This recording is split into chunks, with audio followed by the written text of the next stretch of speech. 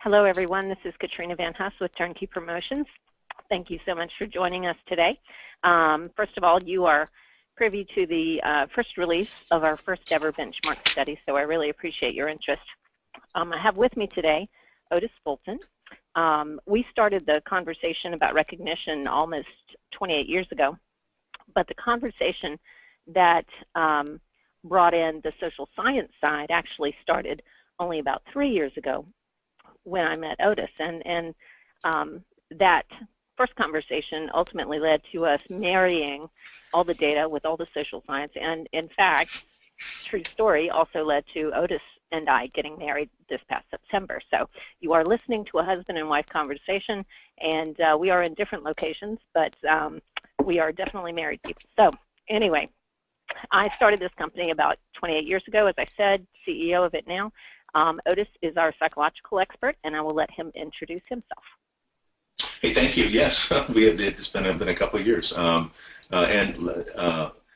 me just apologize in advance. I am actually working from home today. I'm a consultant. Turnkey is one of my clients. So I'm not a W-2 for my wife's company. I'm actually a 1099, so let me get that straight. And I'm glad she put our pictures up. She's always traveling on trains, and I'm always traveling on airplanes, so that is actually how we appear in the wild on our two photos. So that's very representative of where we are most days. That's true. So the other thing I'll introduce on screen is the dandelion.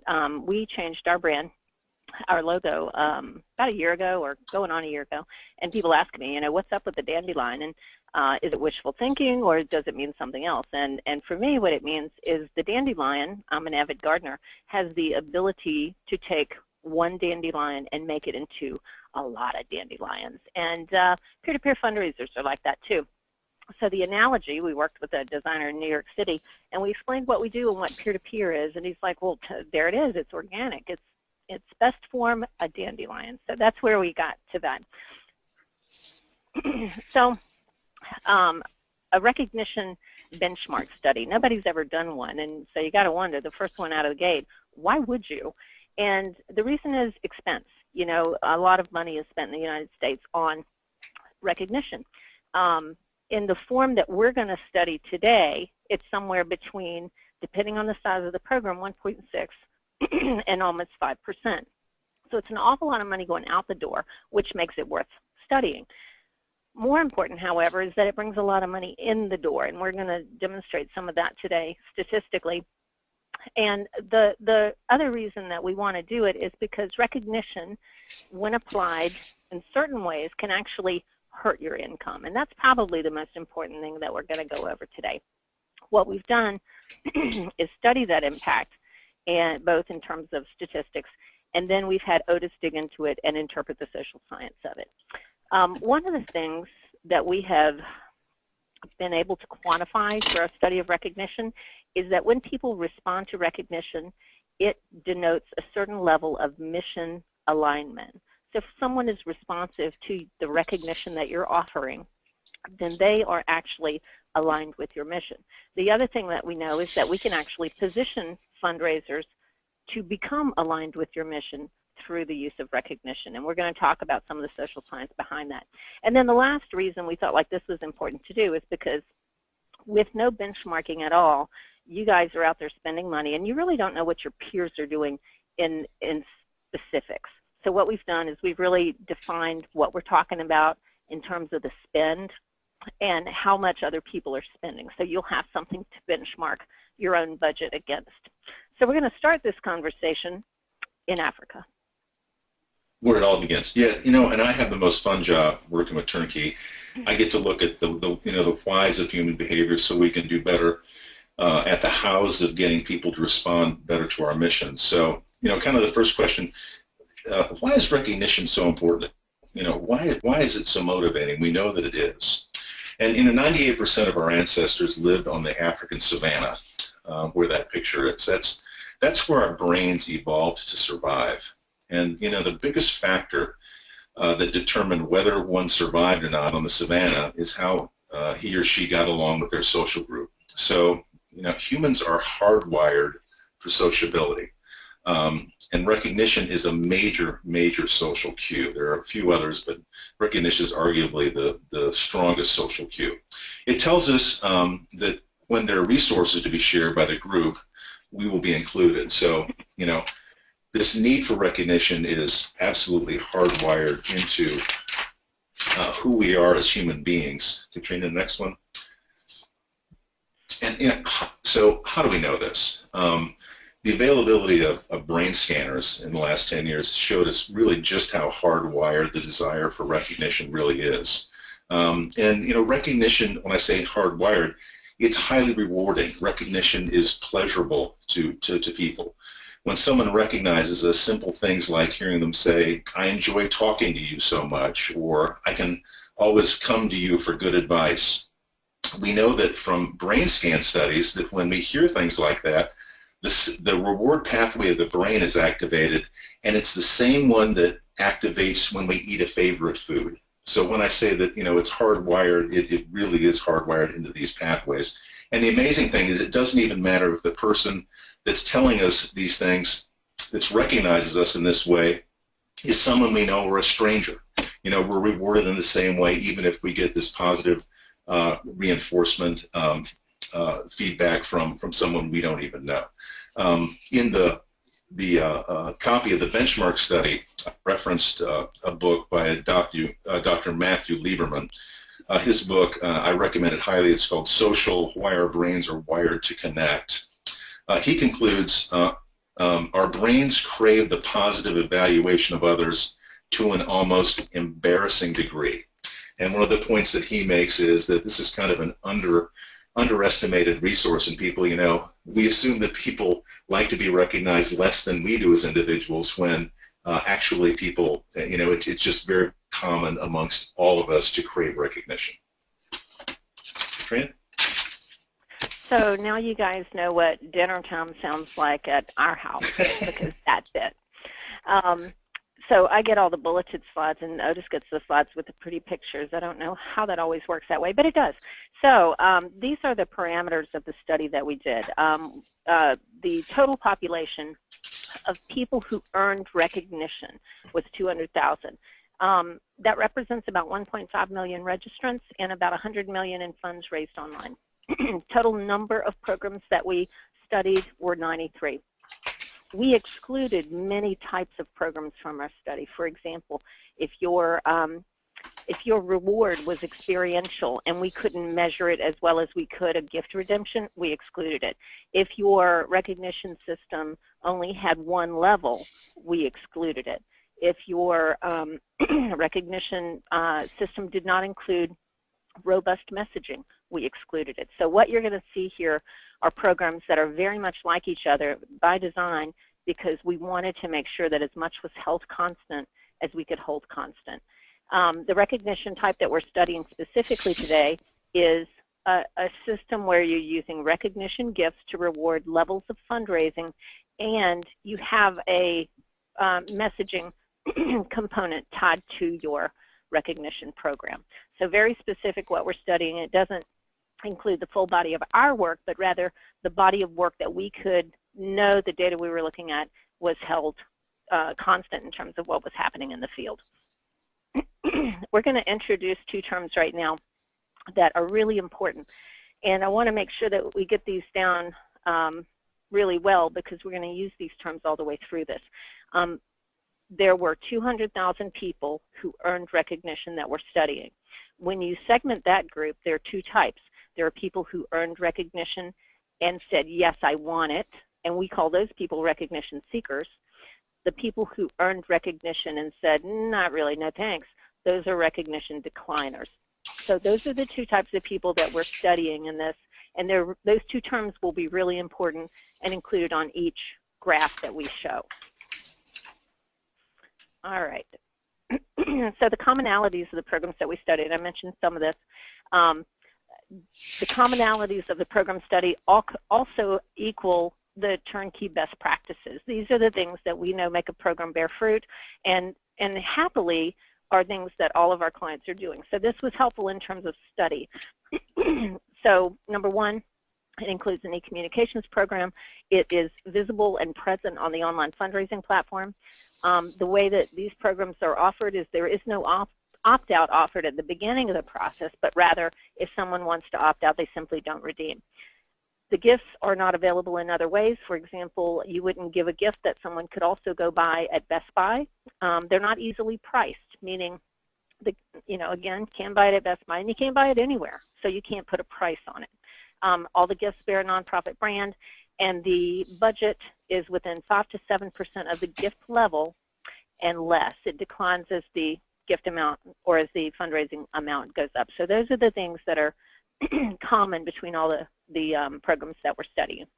So we're going to go to our first key finding, and that is for walk-in DIY events. Now, there are other events that we studied, but we segregated those, and we're going to get into those in the latter part of this study.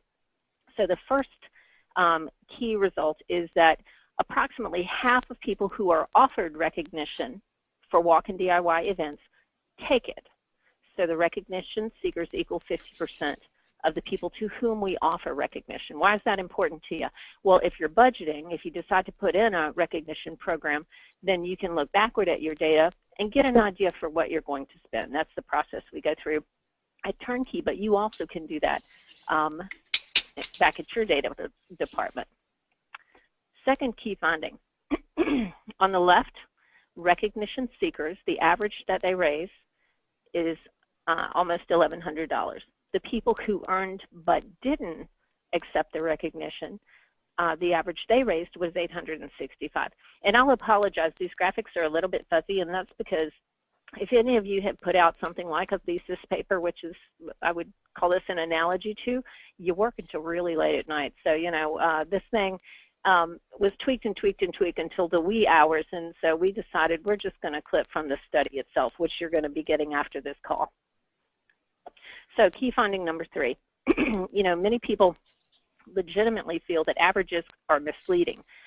We agree with that, and we always try and present average and median when we can. So for walk-in DIY, recognition seekers' median fundraising income is $585 versus people who earn but don't accept their recognition or recognition decliners, their median is $465. Key finding number 4, when you think about all the programs that we studied, of which I think 93 is the total that we studied, and 98% of them, the average fundraising for recognition seekers was higher than recognition decliners. And the same, almost exactly the same, was true for the median. 97% recognition seekers had higher median fundraising than recognition decliners. Those 2% and 3% are of great interest to us, and we're going to talk about those a little bit later. I also wanted to say, if you do have questions as we go along, if you would go ahead and ask them on the platform, and I will do my best to get to them as we go when they're relevant, and I see that there are a few already. So what is considered robust messaging? Great question. Robust messaging in our mind is when you use something like milestone functionality on TeamRaiser, where as people are behaving, as Otis likes to say, as they are exhibiting fundraising behavior, as they reach certain milestones, you're reaching out to them, or hopefully automatically reaching out to them to encourage them to the next level and to celebrate the level they just passed. So what we do, whatever behavior we're pushing on, we make sure that that messaging is tied to that behavior. In this case, the behavior that we're pushing on is fundraising. Hopefully that answered your question. Okay,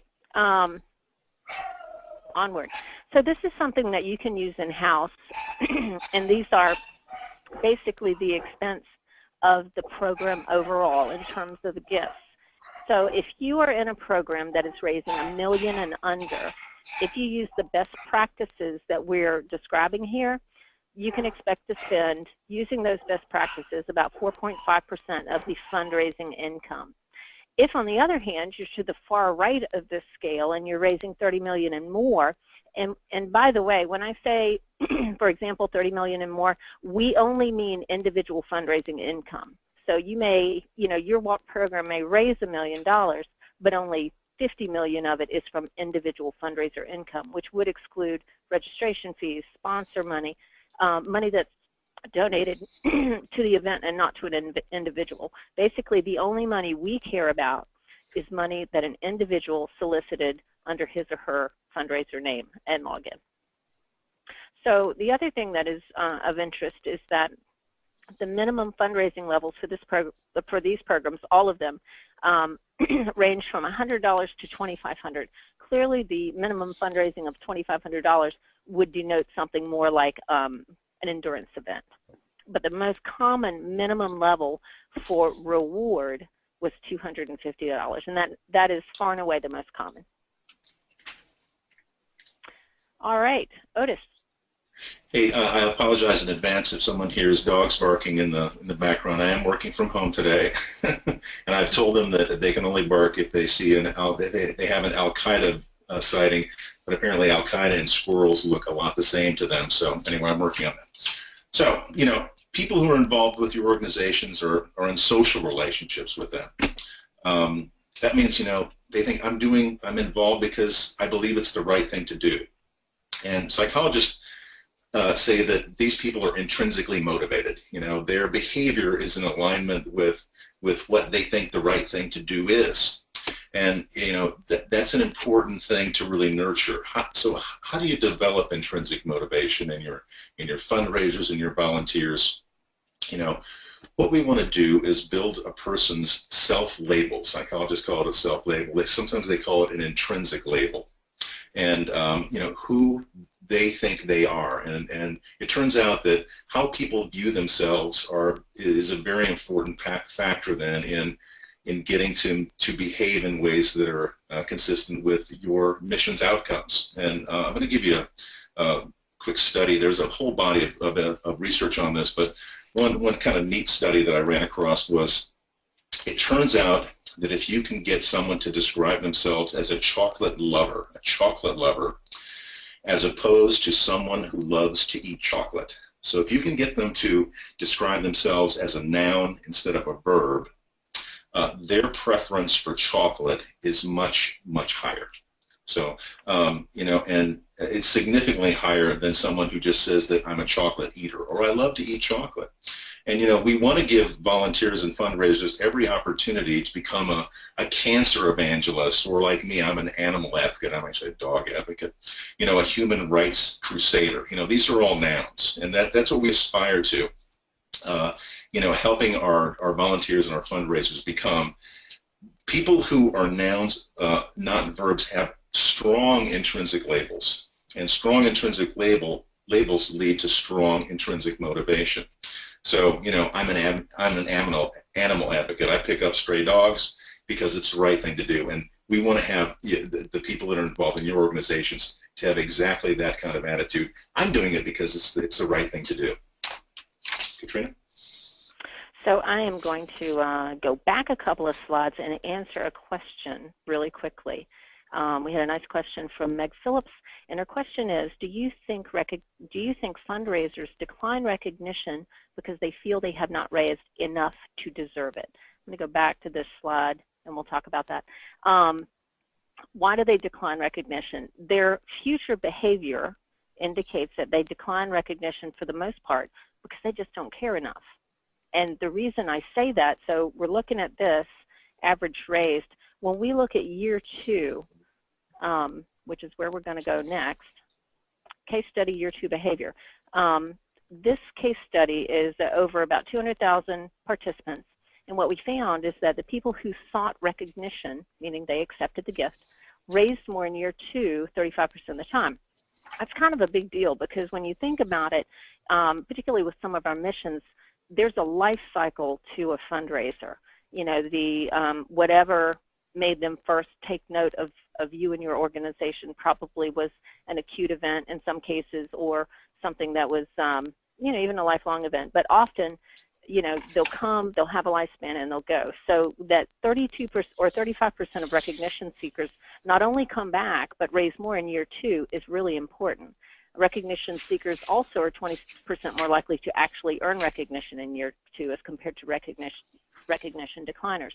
So what we see, and this will help you see it on the next slide too, is that as demonstrated by the fact that people who take the recognition come back more than people who don't, we consider that a measure of attachment to you. So that they decline recognition, yes, it could be because their offer got lost in the spam filter. It could be because they got confused. It could be because you sent their recognition too late after the event. That's a challenge many people have, getting the accounting done in time to send a timely recognition offer. But, and I'm sure that contributes to this to some degree, but we believe, based on future behavior, as you're seeing here, that if someone doesn't take their recognition gift, it's a marker for them just not caring enough about the organization. Or, that's a bad way to say it, it's a marker that they don't care as much as people who do seek recognition. So when you look at this, you can see that for this particular event, their overall retention was 16%. And I want to talk about how we measured retention. Our data scientist does a great job because her name is Whitney DeFresia. And one of the reasons I think she does a great job is that unlike a platform provider, our data comes to us from lots of different platforms and lots of different blueprints from within platforms. So, you know, client A has a very different data set from client B. So we have to bring it in-house and do a lot of manipulation in order to produce a study. In this case, what Whitney went through to define retention for this client was she looked at data set A from year 1, and she first matched it to data set B with a unique identifier. And I'm sure there are heads nodding right now because, as you well know, that won't produce many matches. So then she went back and she went and added matches that resulted from a first name, last name, email address compilation. And then she was able to get a data set that was of good sample size. So, so what we saw using that method was that 16% of the general population, including everyone, including recognition earners, re-up the next year. But the people who sought recognition came back at 51%. And industry average at 30, I will question, because we know for fact these people returned, and we may have had some that weren't represented because we couldn't match them. Maybe they changed their email address, something like that. So it's probably a little bit of a depressed number here, but we know that everyone that we studied were present in both data sets. I have another question from Diana Aldecoa. Hello, Diana. And it is this: I have received a lot of feedback that people have declined their gift because they are so connected to the organization and would rather the money go towards the mission. I love that question, and that really is the heart of how this company took the turn that it did many, many years ago when we really started researching the data. I'll preface this answer with some other research about surveys. When you collect information anecdotally from people, a lot of times it's done in a survey. And when we survey people about what they would do, which is where a lot of the feedback comes from, they say, I would decline my gift because I would prefer the money go to the mission. When that's their present self speaking. Their future self, however, when the time comes, is in a different situation.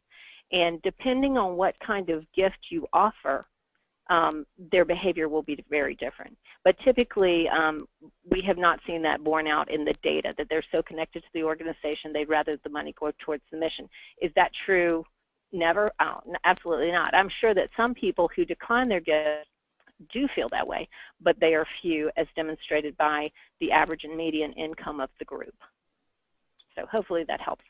It's really a deep question, much deeper than I'm probably even, you know, blessed genetically to be able to answer. I'd have to go slow and have a whiteboard, but it's really a complex and deep question. We're going to hit on some of it. And Otis, if you want to jump in at any point too, because there's a lot of psychology built into the answer of that question. That might be one we want to go back to at the end of this presentation once we've established some common language on some fronts. So I'm going to move on. And we're going to take a little breath here and recap, because we're about to take a hard left turn. So far, what we've been looking at and the data we've been seeing is from walks primarily and some DIY. The recognition response, we have established that that is a DNA-driven survival attribute. And the way that we make use of it in a nonprofit is that we raise money by rewarding that survival attribute. So what we're doing is really Pretty cool. So now we're going to talk about violating our DNA-derived tendencies, because it's pretty easy to do. And we're going to talk about what that violation looks like in a spreadsheet and what it could mean to you. And I'm going to turn it over to Otis to start that conversation. Yeah, thanks. It really is all about the relationships. The recognition seekers and recognition decliners, they're in slightly different types of relationships with your organization. I can talk more about that. But again, what we want is social relationships where people are intrinsically motivated because they think that's the right thing to do, to be involved with, to support, they're motivated to support the goals of your mission. And that's where you want to keep them. But that does take some careful management, and it's surprisingly easy to throw a social relationship where people are intrinsically motivated kind of out of whack. And I want to talk about a study that was done in the 2000s, Katrina, in Israel. Next slide, please. It's a daycare study. I like the study. A lot of people have the daycare experience. I had a couple kids in daycare, and when I would pick up my kids, if I was there on time, the daycare the director would be at the front door, and if I was on time, she would say things like, "Gosh, your child had a great day today. She's one of our favorite children. She's so smart, and she did this or that." And then, if you pick your child up late, I noticed that she turned into the mother superior. All of a sudden, she would say things like, "You're being late is keeping your daycare workers from being with their children." And it was very clearly a social relationship. She was trying to convey the fact that picking up your kid on time was the right thing to do. Well, they had this situation in Haifa. In Israel, they have public daycares. They had a huge network of 10 daycares in Haifa, and they were having a big problem with late pickups. Katrina? They had about 25% of on any given day where the kids were being picked up late, and that was difficult for people who were working there and so forth. And they said, well, let's try a little experiment. Why don't we do this? Why don't we charge people have to have a fine imposed, so that if you came in late within 45 minutes, you came in a half an hour to 45 minutes late, you had to pay a certain, I can't remember what it was. It was non-trivial. It was $20, $30 a day. So it was a non-trivial fee. And so they tried that, and within 16 weeks, this is what happened. The late pickups had gone to about 40%, so it increased 15%. And it increased gradually over time. They let this go on for 16 weeks, and it finally got up to 40%. And they decided, we've had enough of this. This is certainly counterproductive. We're not sure exactly why. And so they stopped the fine process. And after that, what happened was late pickups went up to 48%. They almost doubled the number of late pickups that they had when they started this little experiment 4 months earlier. Well, how can we explain this? It turns out psychologists talk about people living in two separate worlds at the same time. They live in a world that's governed by social exchanges, like we've been talking about previously, and market exchanges. And these two worlds, social exchanges, market exchanges, have different norms. And what happens, by introducing market norms into social exchanges, it violates the social norms and hurts the social relationship. And the title of this study is "A Fine is a Price." And what happened was charging the fine allowed parents to reframe this relationship from a social exchange to a market exchange. And we know this because after the fine was lifted, the late pickups increased. So what had happened was they had reframed this into a market relationship. So after the fines were lifted, it became an even better deal for them to stay an extra 30 or 40 minutes in the office and not have to come and pick up their children. Next slide. Once you have reframed the relationship from a social exchange to a market exchange, it's very difficult to bring the people back into a social relationship. I have a friend who's a behavioral economist down at Duke University named Dan Ariely. He wrote a book called Predictably Irrational, and in it he said, Katrina,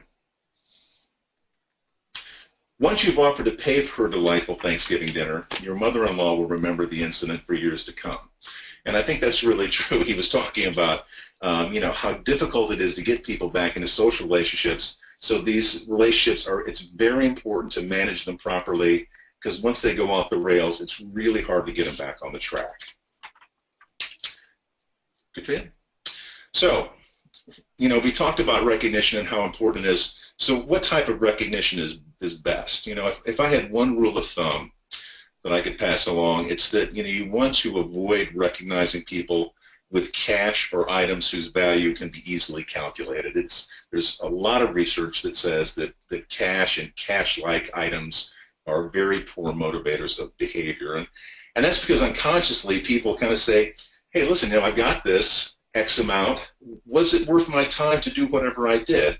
There's an interesting study of people who bill hourly, folks like lawyers and so forth. And this kind of tendency to evaluate everything in terms of was it worth my time turns out it's very pernicious. And what they found with lawyers was that they start to evaluate family activities like going to a ball game. That's going to be worth about $300. I'm going to have to spend $300 in terms of my time in order to have this kind of satisfaction with my family. So it's a very normal thing and very unconscious thing for people to do this. And so, the key is what psychologists call providing insufficient justification for a person's behavior. And I know I'm kind of going a little bit deep here, so let me explain. A T-shirt is insufficient justification for parking cars all weekend. So if we have somebody come in and volunteer, park cars, and we just give them a T-shirt, no one's going to say, I was paid with this T-shirt. But when you give them an iPod, it gets people thinking, was this $60 iPod worth my 20 hours of time that I spent? They do this unconscious mental calculation and said, yeah, I just worked for $3 an hour. And overall, psychologists call this, rewarding people with less. They actually call it the less leads to more effect. And that's where smaller rewards lead people to attribute their behavior to something they really believe in. So, if you start paying them and the market norms take over, it's going to be very, very hard for them, for you to get them back when you want them to continue their behavior. Katrina? And, PDAs in the benchmark study, you'll find a little section about public displays of affiliation. And I love this picture. This is a couple of guys from Auburn University. I think it's obviously a grandfather and his grandson. People wear their alma mater sweaters, rings, hats, all kinds of ways that they display their self-labels, what groups they are affiliated to. For alma maters, people are Buckeyes, Mountaineers, Wahoos. All these things are nouns, by the way, notice. It's really part of their intrinsic label. And, giving people rewards that are branded are easy ways to reinforce intrinsic labels. Katrina has a wonderful blog that she wrote last year where she talks about the most important eyeballs that see a Relay for Life t-shirt are the eyes of the person wearing it, because it reinforces their intrinsic label. So recognizing someone with a branded item really strengthens his intrinsic label, which makes him more likely to support the organization or the cause. And this is a self-reinforcing cycle. They're going to be a lot more likely to behave. That's going to strengthen their intrinsic label, and then that's going to increase their alignment to the mission, which is going to then make them more likely to behave in a way that's consistent with the organization's outcome. Hope that makes sense. Katrina? All right, so now we're going to start connecting some dots for you. You're probably wondering, why are we hitting this social versus market relationship so hard? And what does it have to do with recognition? So an easy way to segregate it in your head is a social relationship would be represented in walks and non-competitive runs. And the reason that they're indicative of social relationships is that they are retail unattractive. So how do we get there? There are two types of activities out there. There are types of activities that people would pay to do, and there are types of activities that they wouldn't. We use the term retail unattractive, meaning it's not a good candidate for a retail offering.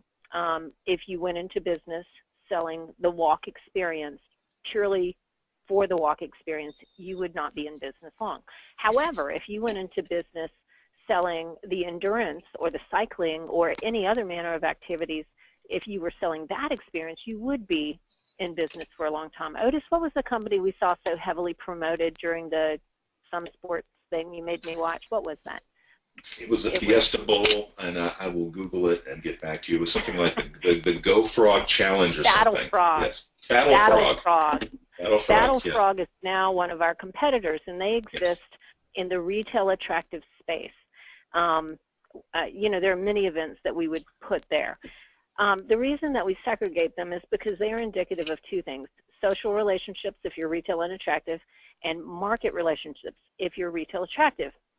So when you think about retail attractive, which is where we're going now, this is how we segregate them. This is where you fall. If you're on the call, there are a lot of you. You can see where we put you. If you're a run walk, if you charged a registration fee, or if you're a walk and you charged a registration fee, we put you on the retail attractive side. And you're going, well, why would you do that? The reason we did is because the act of charging a registration fee actually inspires, from the moment of registration, a market relationship.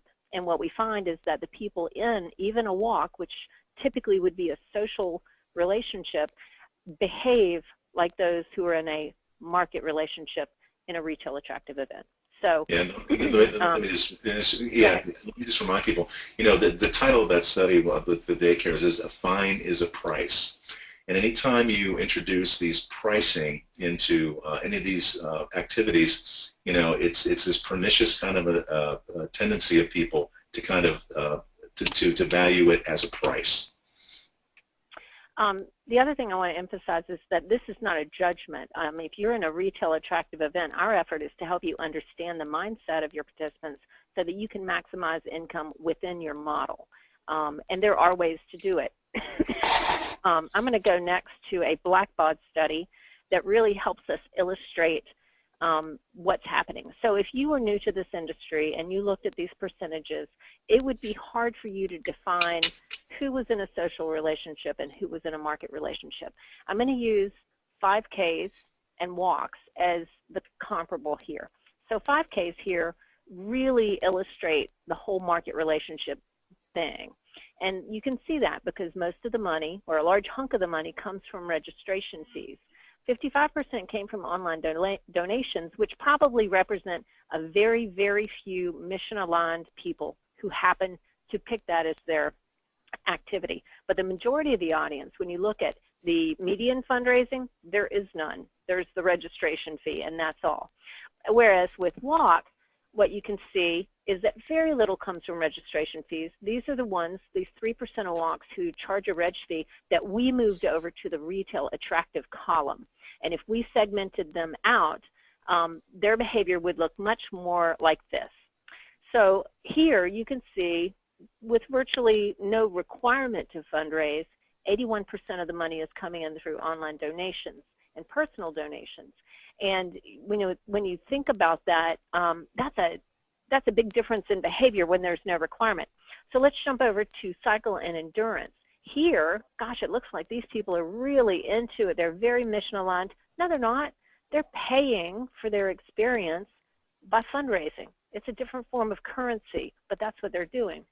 You know, many of us have experienced where participants are shopping our events. So they're going to take their 90% of solicited funds to whatever organization gives them the best experience, and they're going to buy their experience with the fundraising.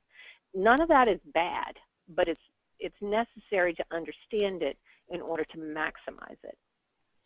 So, all right, we're moving on. So for retail attractive events, when we segmented these out, we looked at the redemption percentage of the people who earned recognition. The redemption percentage for retail unattractive for walks, remember, was 50%. For retail attractive, the redemption percentage was 68%. So when you think about the kind of relationship that I'm in with my event when I register and then I earn recognition, basically what this percentage is saying, I want everything I paid for. Give me my hat. It's part of my deal.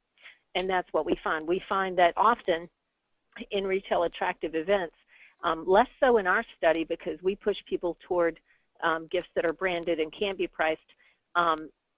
If we were to do this with, for example, the general endurance market, this would look very different. It would be a much higher number because anyone who earned recognition in many events that use retail product would have accepted it.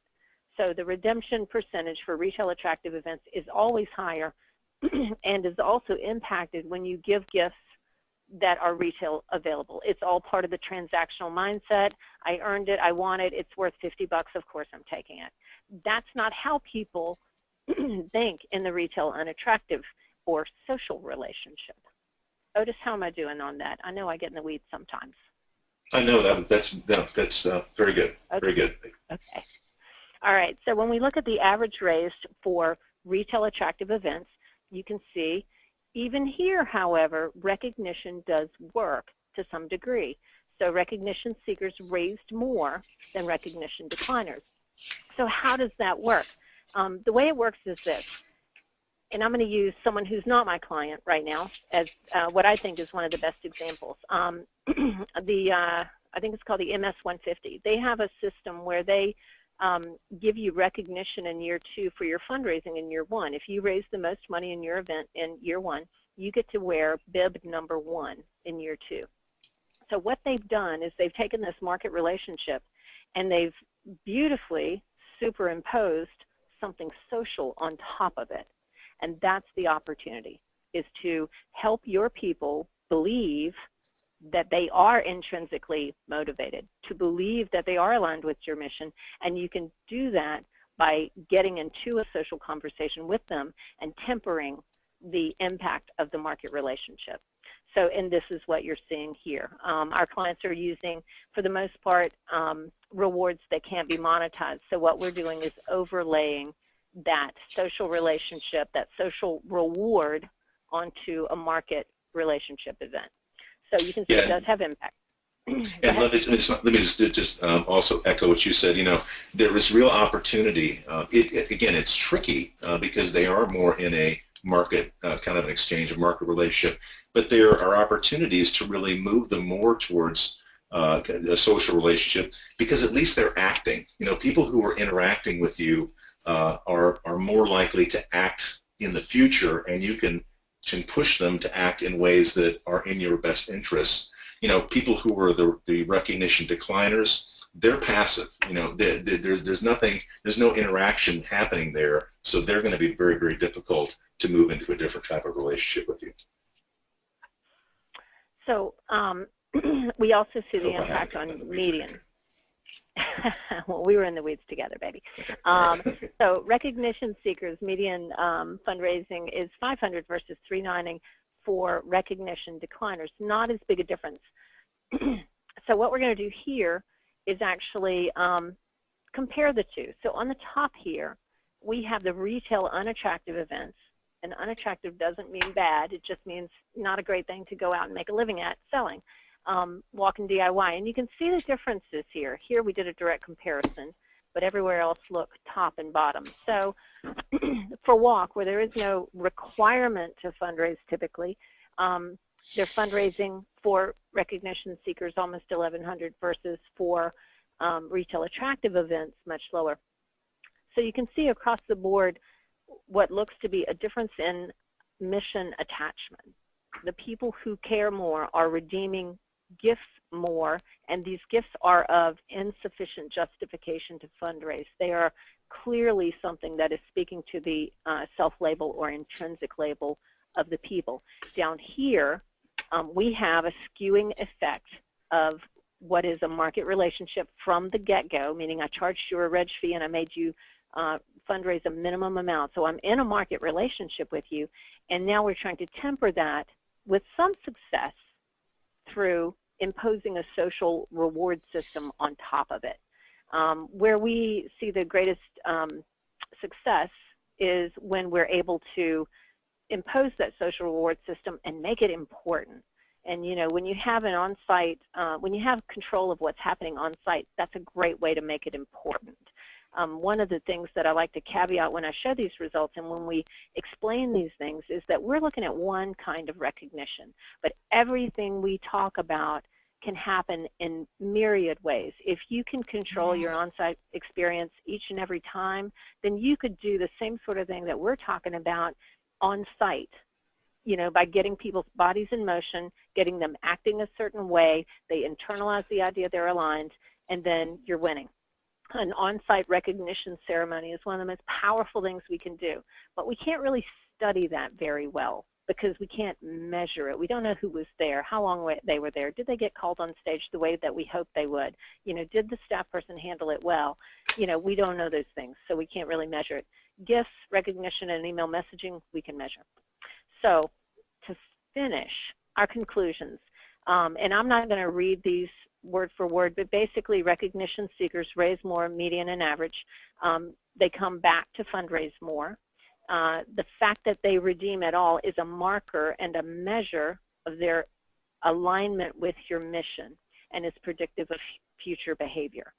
And the use of gifts that can be monetized inspire a market relationship and can result in redemption that is not due to mission attachment, but to other factors, which increases expense and does not increase fundraising.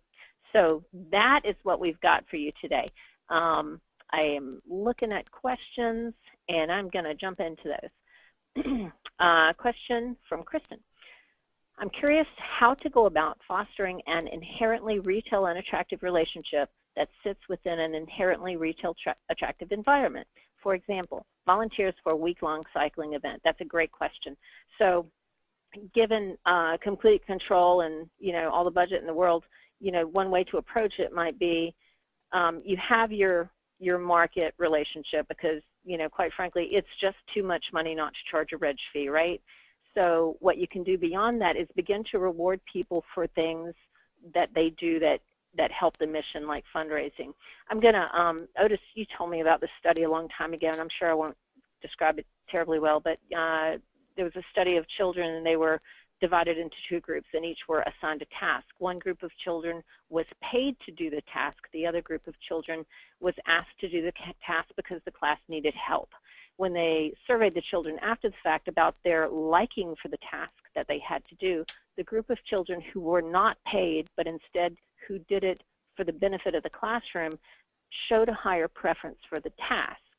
So when you think about that and maybe your cycling event, when you reward people for things that are, not connected to performance on a bicycle would be a good way to start using that effect, rewarding them for fundraising, rewarding them for signing up early, rewarding them for bringing other cyclists, and really celebrating that in many ways, not just with recognition gifts and email messaging, but with, calling them out at the event or having a survivor call them and thank them. Those are the kinds of things that can really make a measurable impact. The measurable part is tough, and that's why we resort to product and email messaging sometimes.